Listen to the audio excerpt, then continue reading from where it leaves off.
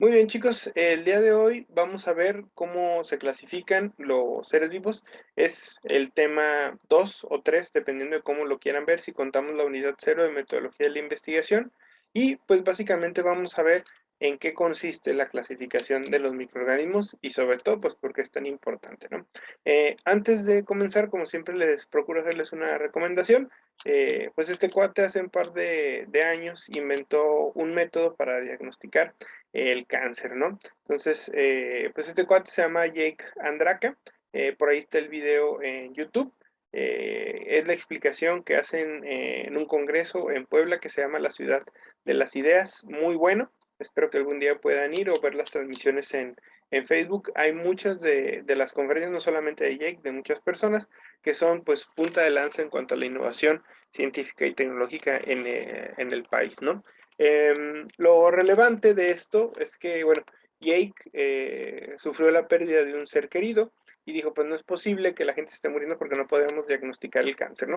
Y se fue todo el verano a estudiar en la biblioteca y a buscar información para lograr diseñar este pequeño artefacto que es una especie de tira reactiva y pues esto lo hizo cuando él tenía 15 años, ¿no? Entonces, para que nos demos una idea, pues es 168 veces más rápida, 26,000 veces más barata, 400 veces más sensible y tiene una tasa de éxito para detectar el cáncer del 99%. Entonces, pues, esto nos dice que no tenemos que ser súper especialistas ni nada, sino simplemente tener la vocación científica y la determinación para descubrir algo, ¿no? Entonces, dicho esto, pues vamos a ver qué onda con la clasificación de los microorganismos, ¿no? Entonces vamos a determinar por qué los agrupamos de esta manera, ¿no? Entonces, para poder lograr comprender esto, pues tenemos que conocer un poquito de la historia de la clasificación, pues de los seres vivos en general, ¿no? Entonces, para empezar, antes de hablar qué es la clasificación de los seres vivos, tenemos que saber qué es clasificar, ¿no? Entonces, clasificar es una acción donde acomodamos u ordenamos en base a características dos cosas o individuos, ¿sale?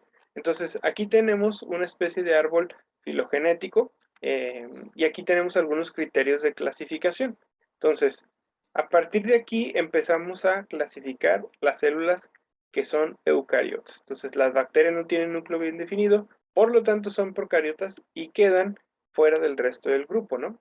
Luego vamos a empezar a ordenar a los seres vivos que tienen tejidos muscular, epitelial, nervioso y conectivo. Como los hongos no tienen este tipo de tejidos, pues salen del grupo, ¿no? Luego vamos a poner otro nuevo criterio que es el de tener cráneo. Entonces, bacterias, hongos y mariposas no tienen cráneo, únicamente los peces óseos, las lagartijas y los ratones, ¿no? Luego vamos a ver una estructura para respirar, que son los pulmones. Los peces no tienen pulmón, respiran a través de branquias, ¿no? Y finalmente, el último criterio, pues es el del pelo. Ninguno de estos organismos acá tiene pelo, con excepción de los ratones, ¿vale? Y todos los mamíferos, obviamente, ¿no? Entonces, esta es una manera de clasificar, es un ordenamiento bastante lógico, donde agrupamos las cosas en función de sus similitudes, ¿no?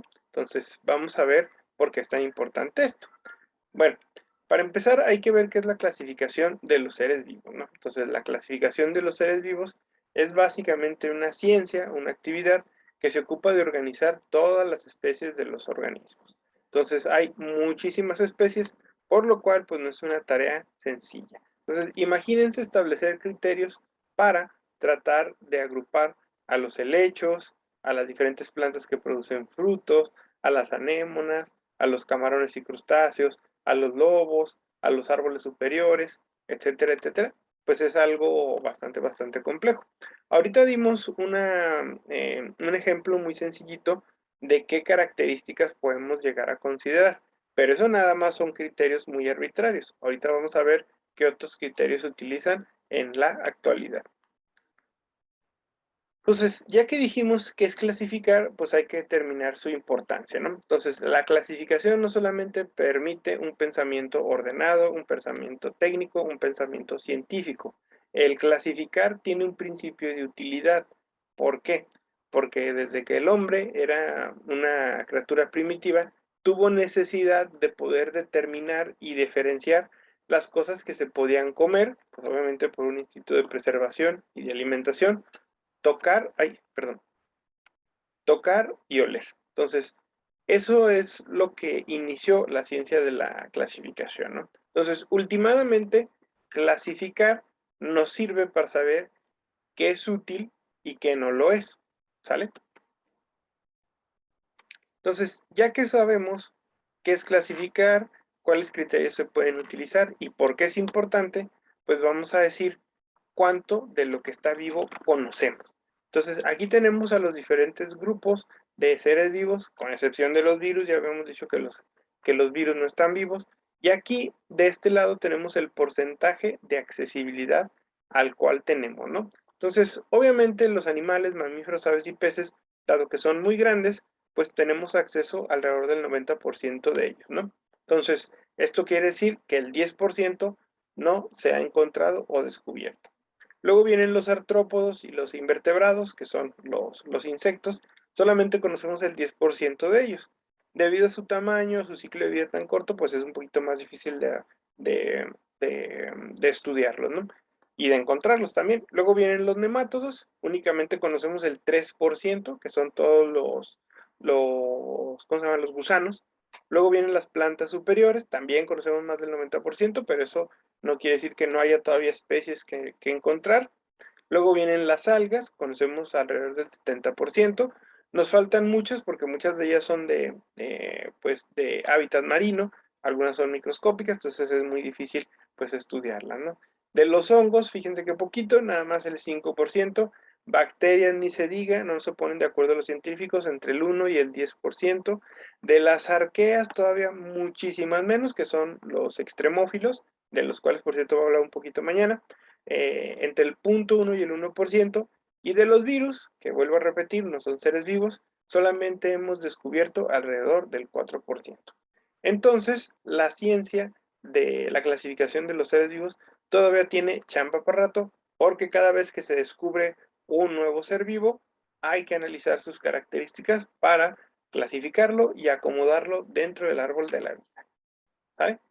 Entonces, para poder clasificar, los seres humanos hemos inventado dos subdivisiones de la ciencia, que son la taxonomía y la sistemática, ¿no? Entonces, la taxonomía, pues básicamente lo que hace es organizar la información biológica, es decir, las características que tienen los seres vivos, basados en diferentes métodos, como el feneticismo, el cladismo y la taxonomía evolutiva, ¿no?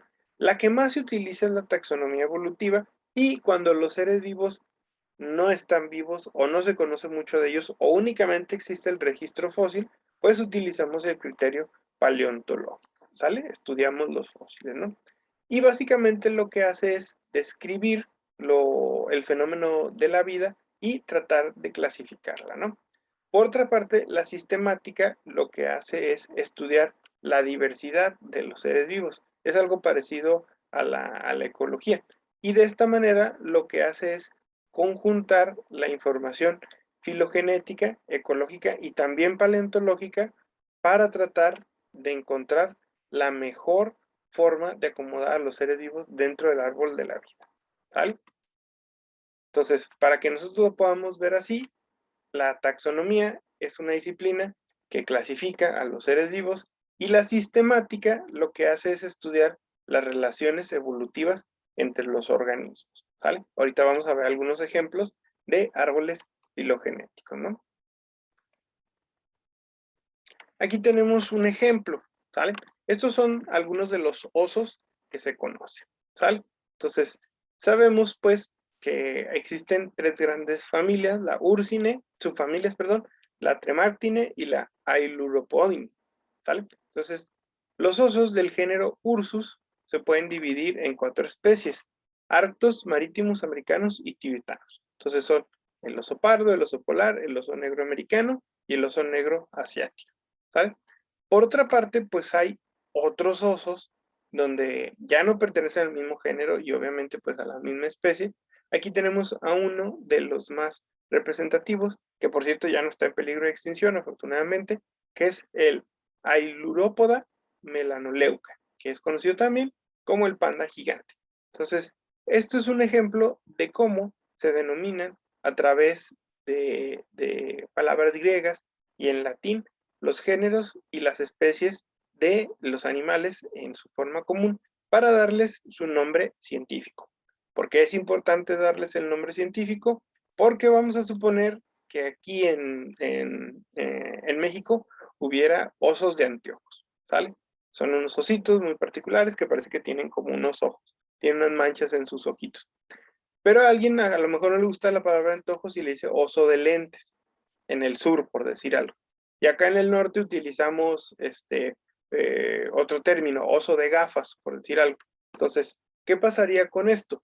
Pues cada quien le dice como quiere y es más difícil saber de lo que estamos hablando. Entonces, cuando utilizamos, en cierto sentido, el nombre y el apellido en latín, eso nos permite, de alguna manera, ponernos de acuerdo, establecer un criterio universal para que el oso de anteojos, independientemente de cómo tú le digas, tenga su nombre verdadero, que es el Tremartus ornatus. ¿Sale? Entonces, no sé si hasta aquí hay alguna duda, pregunta o comentario. No. ¿No? Muy bien. Vamos a continuar entonces. Y bueno, la filogenia, y por eso hablamos de árboles filogenéticos, es una manera de reconstruir una crónica evolutiva de las especies, ¿no? No necesariamente establece los grupos taxonómicos como familias o géneros. Básicamente su chamba es ver las relaciones evolutivas, ver qué tan cercas están evolutivamente hablando dos especies o qué tan lejos, ¿sale? Entonces no hay necesariamente un acuerdo generalizado en qué criterios seguir para establecer la organización natural. Pero lo más aceptado en la actualidad, el criterio más aceptado es la biología molecular y la secuenciación del genoma o de algunos genes específicos. Entonces, la secuenciación del genoma, es decir, los parámetros de biología molecular, son los que actualmente determinan la filogenia de las especies.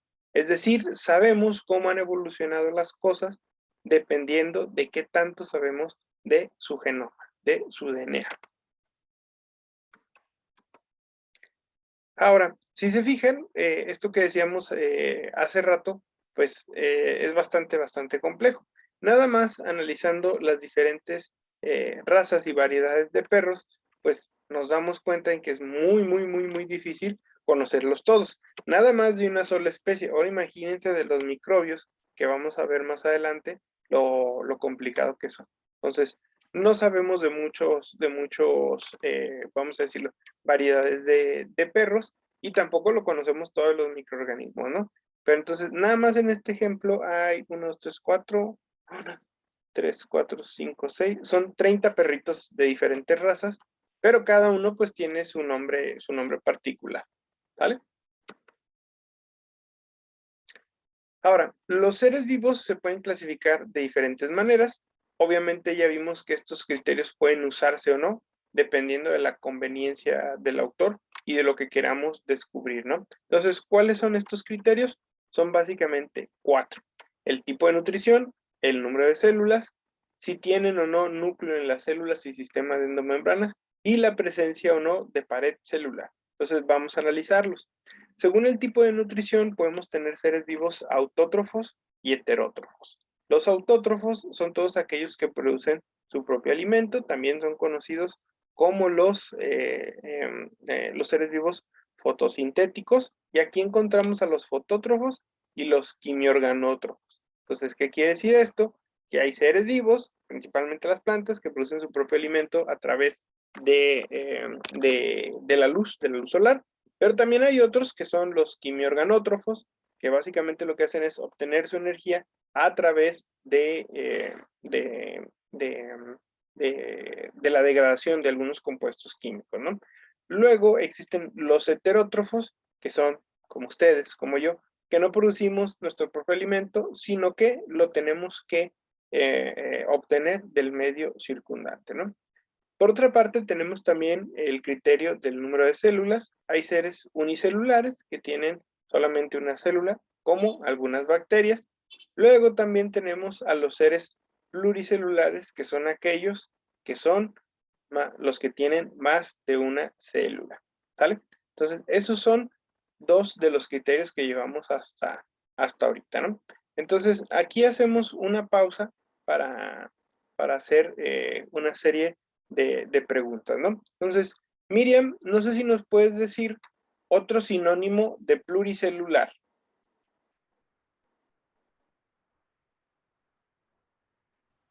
Que son muchos. Sí, pero ¿de qué otra forma se les puede conocer a los seres pluricelulares?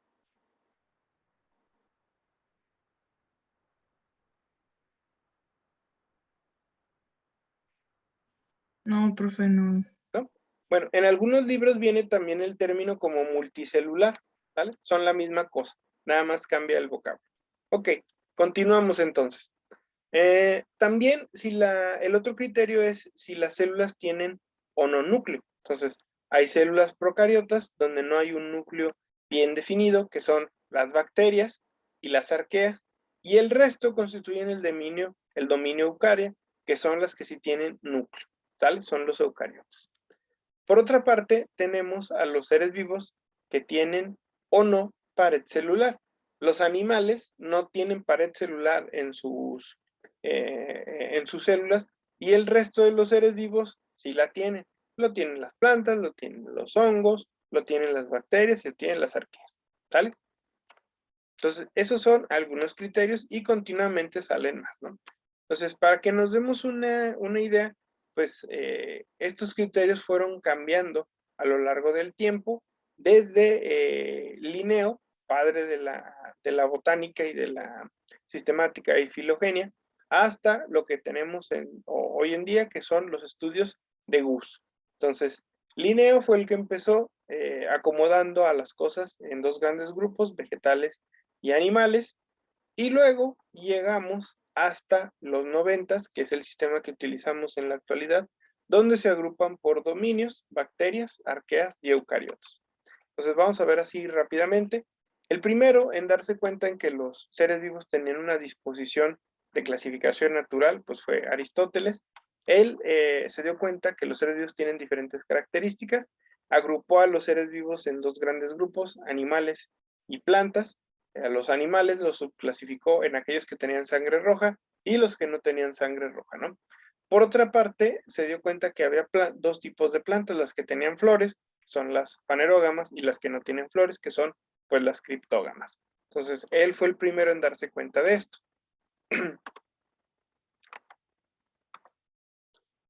Mucho tiempo después, pues ya vino Linneo, y pues él básicamente se dio cuenta de lo mismo que les comentaba hace un momento, que no había un criterio universal para nombrar a las cosas, perdón. Entonces, como cada quien le decía al maíz, a un mezquite como quería, pues ¿qué sucedía? Que la gente no tenía manera de saber qué cosa era esa cosa sin ver una imagen, una ilustración. Entonces, él dijo, vamos a establecer un sistema natural que funcione más o menos como nos nombramos los seres humanos. Para podernos identificar entre nosotros, pues tenemos nombre y dos apellidos para saber nuestro linaje, ¿cierto? Entonces, algunos de ustedes pues tienen su nombre y tienen el apellido de su mamá y de su papá, perdón, de su papá y de su mamá. ¿Para qué? Para que la gente pueda saber cómo se llaman ustedes y de quién son hijos. Entonces, lo mismo pasa con el sistema natural. Entonces, el sistema natural va de lo general a lo particular. Entonces, él inventó los taxones, el reino, la división, la clase, orden, género y especie, y de esta manera, con los últimos dos taxones, que es el género y la especie, todos escritos en latín, le puso nombre y apellido en función de sus características a los seres vivos, obviamente a los que se conocían hasta ese momento.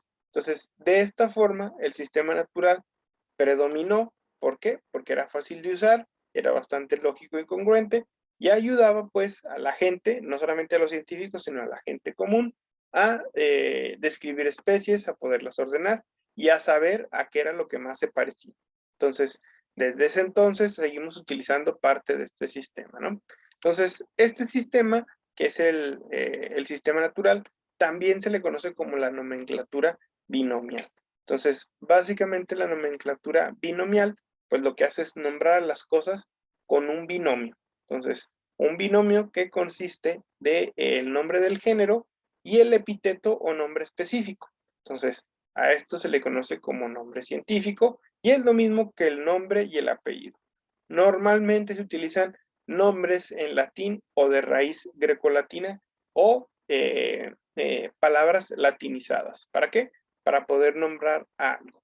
¿Por qué utilizamos el latín? El latín es el idioma de la ciencia y en aquellos entonces, en tiempos de Linneo, pues básicamente se utilizaba porque era pues un lenguaje, vamos a decirlo, fifí de renombre que pocos usaban, pero que era universal, ¿sale? El latín pues dio origen a muchas otras lenguas es una lengua madre, ¿sale? Le dio origen a muchos otros lenguajes en el planeta, ¿sale? Entonces, es por eso que utilizamos eso, ¿no? Normalmente para escribir un nombre científico se escribe la primera letra del género con mayúscula, el resto del género y la especie con minúsculas, y normalmente van subrayadas o en cursivas. Si un nombre científico no está escrito de esta manera, está mal escrito, ¿sale? Es importante que ustedes lo sepan.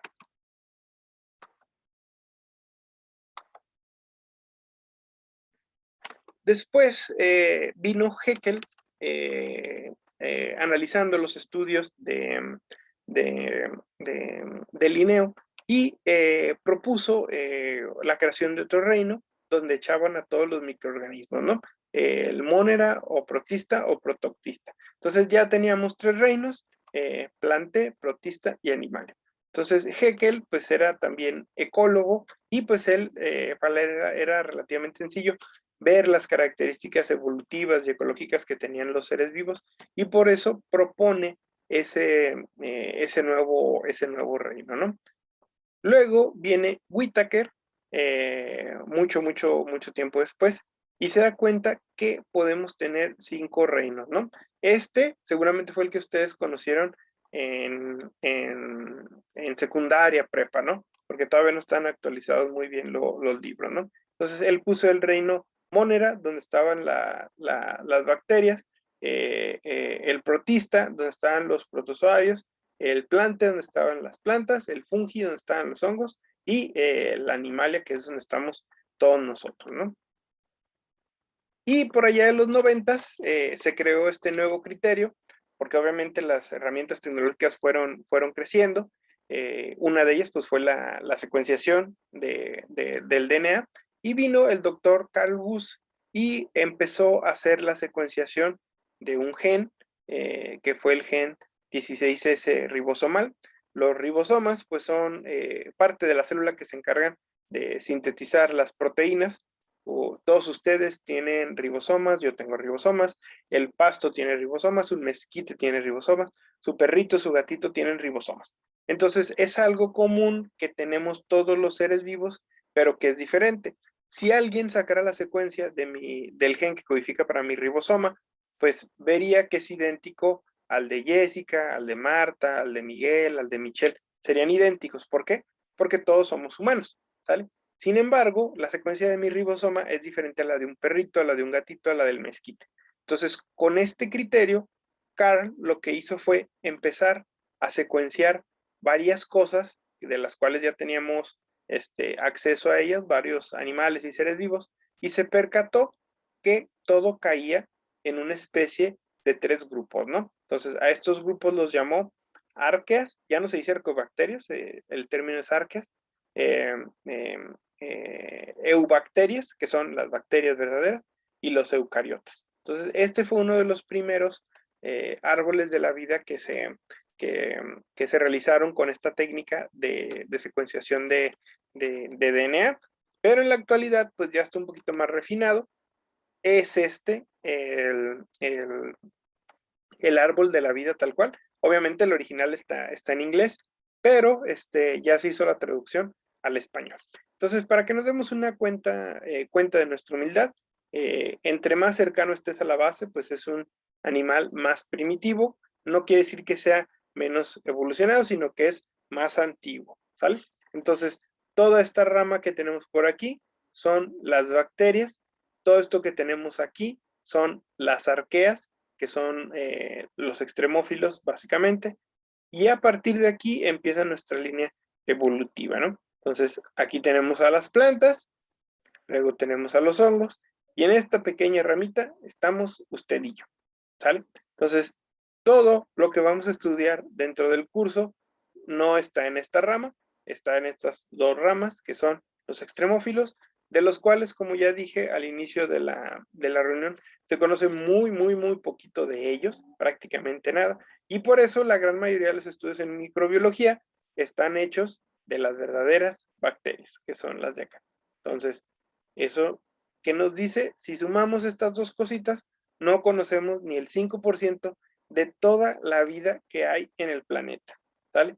De lo que más conocemos está aquí, porque es lo que podemos ver y observar a simple vista, ¿no? Entonces, existe una gran cantidad de microorganismos por descubrir.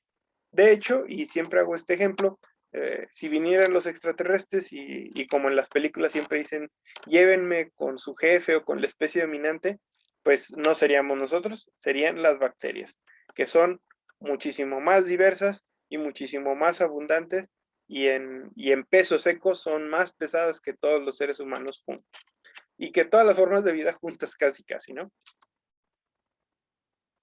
Entonces, esa forma de clasificación pues es basada en la genética, ¿no? En la secuenciación del DNA. Yo lo hice un poquito dentro de mi tesis doctoral. Sin embargo, como todavía es muy costosa y poco accesible, pues seguimos utilizando técnicas microbiológicas para determinar las características de las bacterias y poderlas clasificar. Entonces, a la microbiología se le conoce como el enfoque clásico. Entonces, dentro de la microbiología tenemos una unidad taxonómica que es el clon o la cepa, y pues básicamente son estos puntitos que vemos aquí. Este cultivo no está contaminado, y pues cada uno de estos puntitos pues son una población de células genéticamente idénticas derivadas de la división sucesiva de una sola célula. Entonces, si se fijan, siempre decimos que no podemos ver las bacterias, que necesitamos un microscopio, pero sí podemos ver su expresión a gran escala, ¿sale? Porque aunque esto viene de una sola célula chiquitita, pues al cabo de un tiempo se multiplica y ya podemos verla, ¿no? Esto es una colonia, también se le conoce así, ¿no? Entonces, básicamente, todas las cepas tienen las características más o menos en común, son muy parecidas, y posteriormente se realizan una serie de pruebas morfológicas, fisiológicas y bioquímicas para saber qué demonios es esta bacteria, ¿no? Entonces, esas pruebas, pues, luego se las voy a explicar porque, pues, son un poquito más complejas y normalmente las explicamos de manera práctica en el laboratorio, ¿no? Entonces, resumiendo todo este rollo que viene aquí, pues básicamente la microbiología clásica no utiliza los criterios moleculares. Básicamente lo que hacemos es hacer una serie de pruebas bioquímicas y de análisis con el microscopio para ver la forma y qué cosas hace esa bacteria para poderle dar un nombre y un apellido, ¿no? Como ya habíamos dicho, el enfoque moderno, pues básicamente es el que está constituido de la secuenciación del DNA, ¿no? Pero de ese vamos a hablar un poquito después, ¿sale? Entonces, nos queda un minutito, chicos. No sé si tengan alguna duda o pregunta. Profe, ¿sí pasó lista? ¿Siempre paso lista? Ay, pero es que entró un poquitito tarde. Sí, pues no, ni modo, lo siento. Profe, póngame una asistencia. No, se las debo. ¿Alguna duda del tema, chicos? No, profe. Ok. Muy bien, chicos, pues sería todo por hoy.